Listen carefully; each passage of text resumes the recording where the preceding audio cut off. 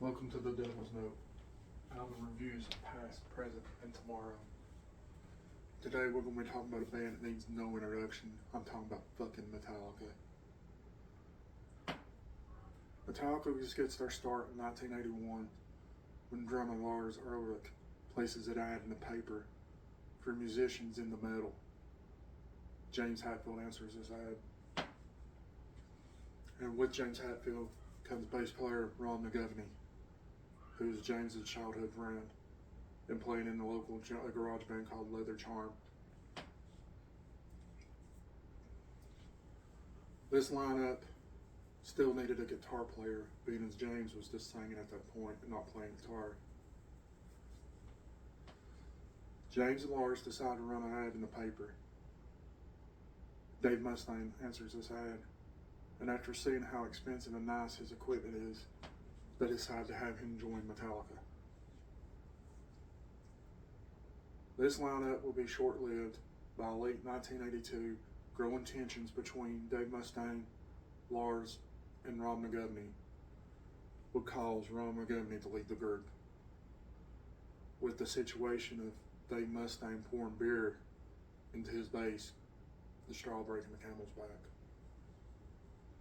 Ron McGovney exits the group in December 1982, and they recruit God of the bass player Cliff Burton. This lineup would be short-lived after James and Lars decided Dave Mustaine's alcohol and drug addictions was damaging to the band. So they fired Dave, and this would cause many years and many years of resentment and bad taste in Dave Mustaine's mouth.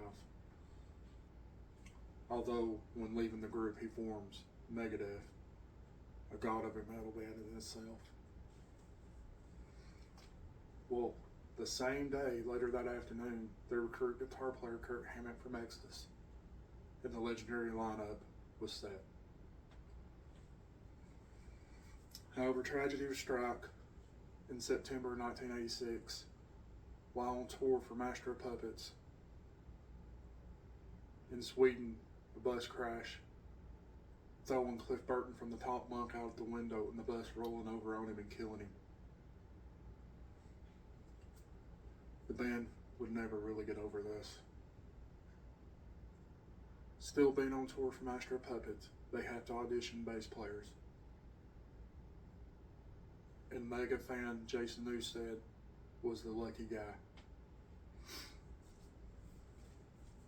This lineup, first album recorded, and Justice for All, one of my all-time favorites from them. Although people complaining about the bass being turned way down in this album, the album was amazing.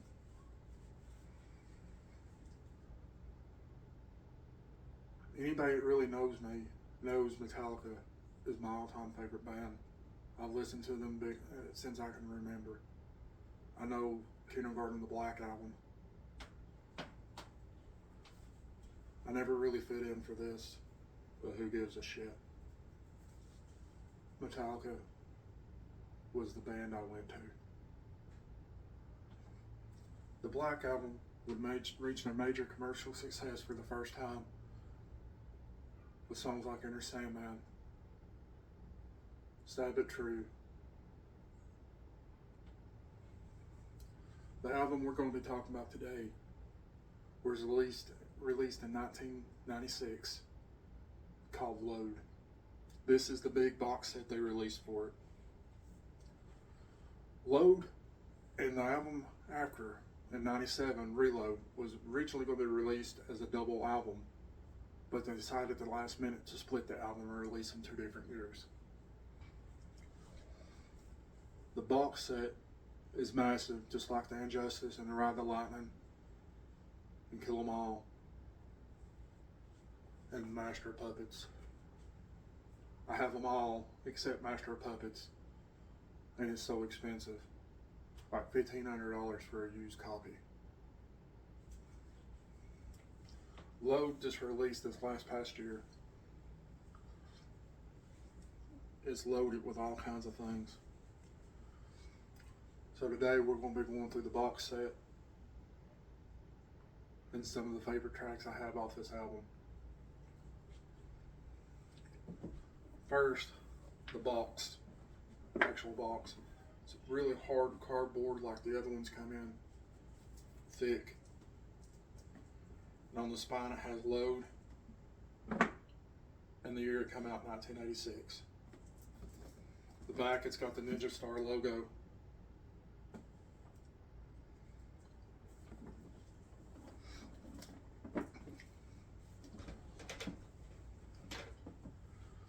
Inside is the remastered original load vinyl. It's gatefold with all the pictures corsaged inside. The tracking list right there on the side. The band members list, the thanks, and the where it was recorded and all that right here. The back cover then sitting on the table with the track list on the back. Metallica, however, caught a lot of bullshit off this just for cutting their fucking hair. Like someone's hair has anything to do with what kind of music they put out. Nonetheless, Metallica still strived off this album. It's one of the more amazing albums in their catalog, even though a lot of people disagree. It was the first time they really dipped into the bluesy sound. It also come with the live recordings from the Lollapalooza tour in '96. It's got the track listing on the back from what they played. A lot of great songs there: Creeping Death, Sabbath True, and then Ain't My Bitch, Fade to Black, Nothing Else Matters, freaking One, Until It Sleeps, For Whom the Bell Tolls, Wherever I May Roam, Nothing Else Matters, Sandman, with encores of Master of Puppets and fucking Overkill.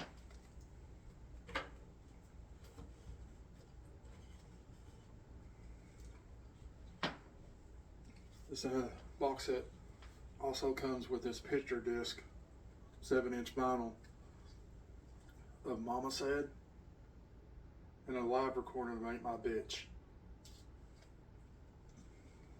I've not opened this. This seal is still tacked. I ain't gonna open it either. It came with, like all the other ones, the guitar picks for around that tour. And bass picks. Still in the package. I've not opened.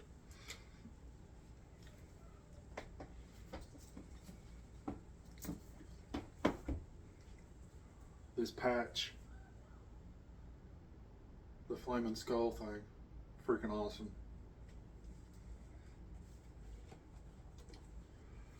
Come with this print of the Rolling Stone cover that they were on the release of the album.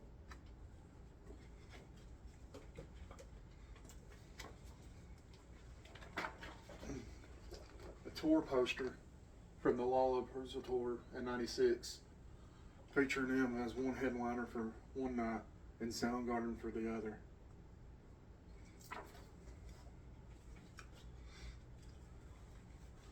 It came with, too, the lyric folder with all of the little artwork around it on the back side, all the little doodles and stuff they did.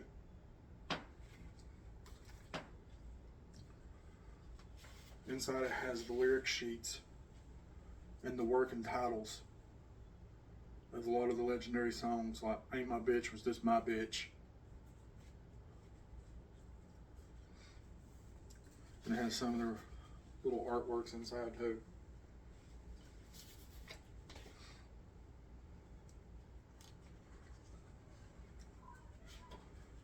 This is neat to go through because each of the songs and the working title was totally different. This one didn't even have a name on it. This is titled for Load.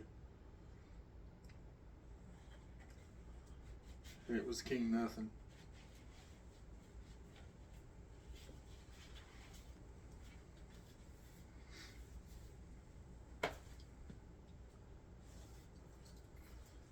came with the book.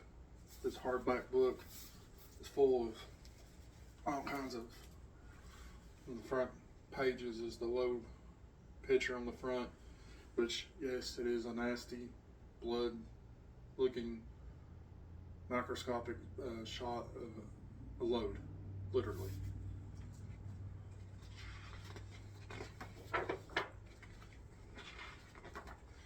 It's cram packed full of stuff from 95 to 96.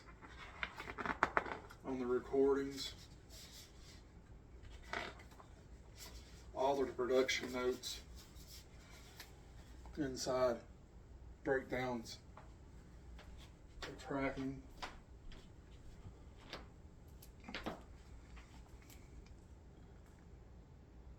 all kinds of neat stuff. Drum setup.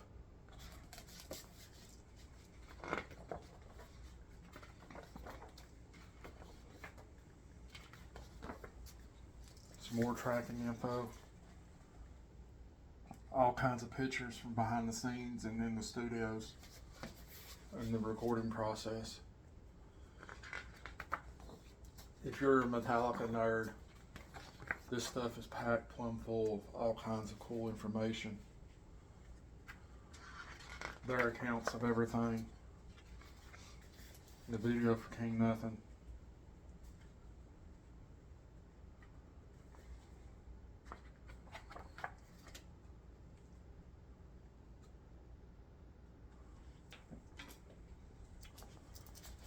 Here's one of the shots from the video. One thing really cool about King Nothing, if you listen real close, at the end of it, it's real faint, but you can hear James Hetfield go on saying, "Off to Never Never Land." Of course, referring back to the lyrics from Enter Sandman on the Black Album. There's still more in this box set. Open it up. It's packed plumb full. It's got the original album on CD.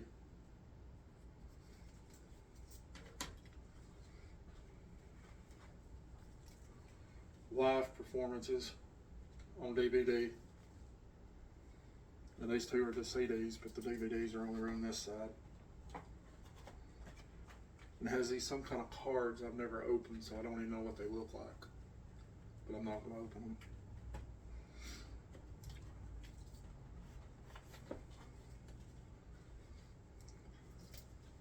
This DVD is on the air and TV appearances from like Tonight shows and stuff like that, where they played Until It Sleeps and Hero of the Day.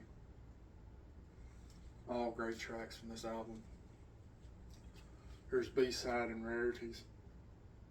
A lot of their covers from bands they liked on this. And some of theirs as well, just alternate versions.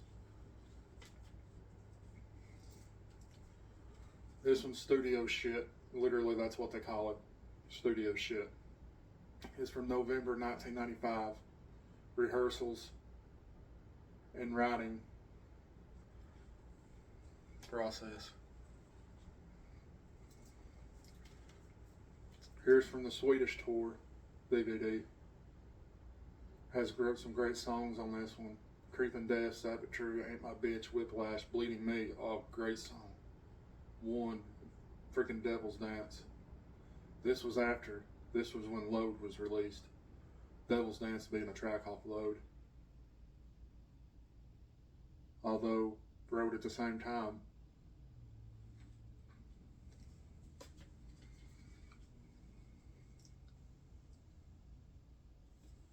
Canada tour DVD.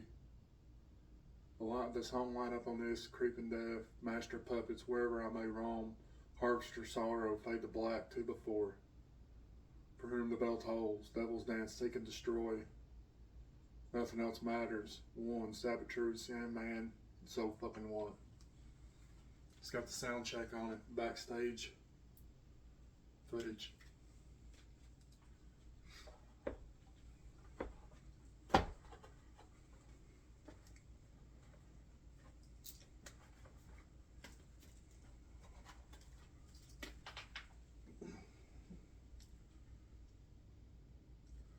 riffs and demo sessions for Load. The working title of King Nothing was originally Load. Bitch for Ain't My Bitch. Boss, Bleeding Me. Mama for Mama Said. Streamline for Wasting My Hate. Jack for The House That Jack Built. Fucking amazing song. I love The House That Jack Built. One of my all-time favorite songs, The Outlaw Torn. This song clocking in just a hair under 10 minutes long. It's fucking amazing from start to finish. One of my favorite songs from Metallica. This is the same demo stuff, CD, and another one's CD. It's 1, 2, 3, and 4.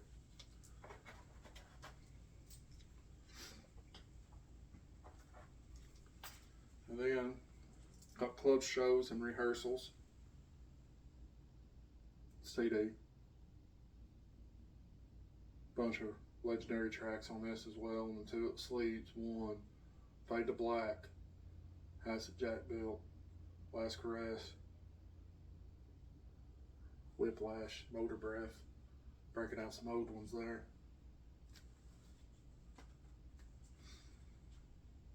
This is Escape from the Studio 95 tour CD. All kinds of cool tracks on this too, including The God It Failed. That was an amazing song off Black album.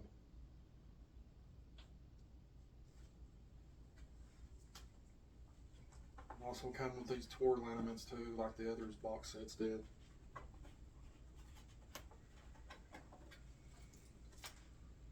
The European tour box, or tour laminate for this box set.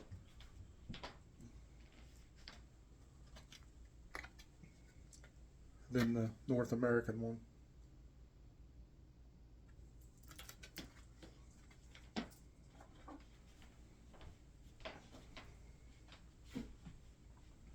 This album was one of my favorites.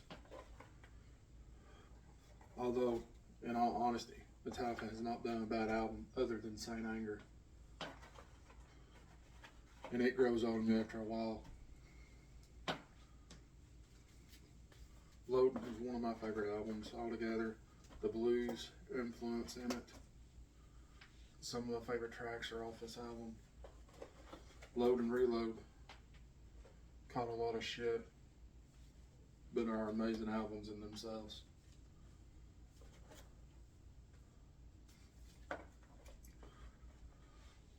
Album review of this, of Load altogether, and this box set. Massive box set. On all their box sets, they do not let you down.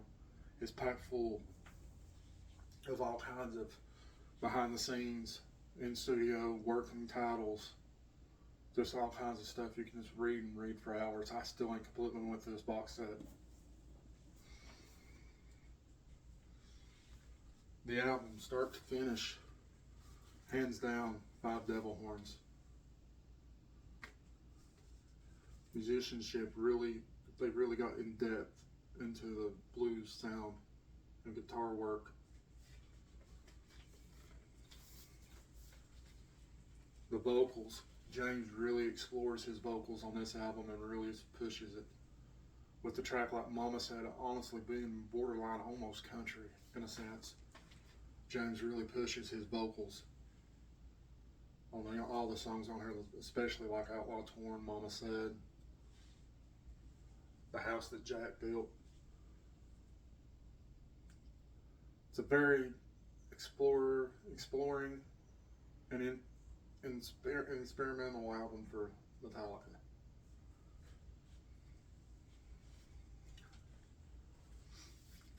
Vocals, 5 devil horns. This is the first album, in my opinion, James really went out of his way on the vocals and went out of his comfort zone.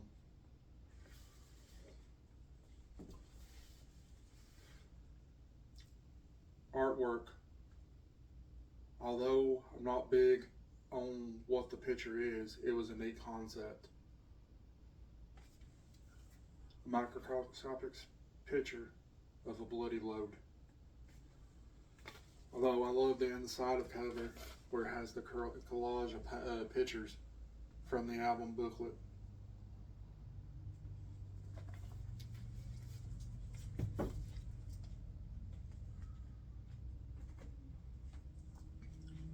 And then the Lollapalooza live album is a great recording of Metallica. It really captures the energy live.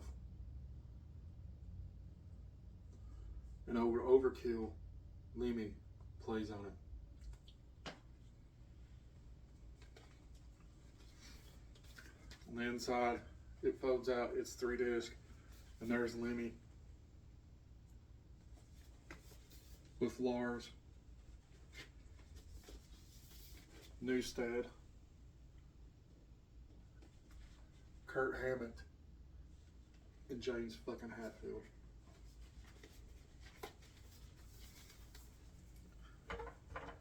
Both, hands down, 5 double horns, both records. All in all, Metallica will always be my favorite band. I still listen to them quite often today. They're my go-to band. My wheelhouse in metal is thrash. It's where I got my start listening to music. I love thrash metal, and they're top tier on thrash metal bands. Even though Load and Reload, dipping more to the hard rock side of things, it's still amazing albums and shows another side of Metallica that no one knew was there. I don't even think Metallica knew it was there. Like always, keep it metal and keep it heavy. And remember, this is just my opinion. Just like everybody else has an opinion and everybody else has an asshole. So don't be one. You don't like what I say, just turn it.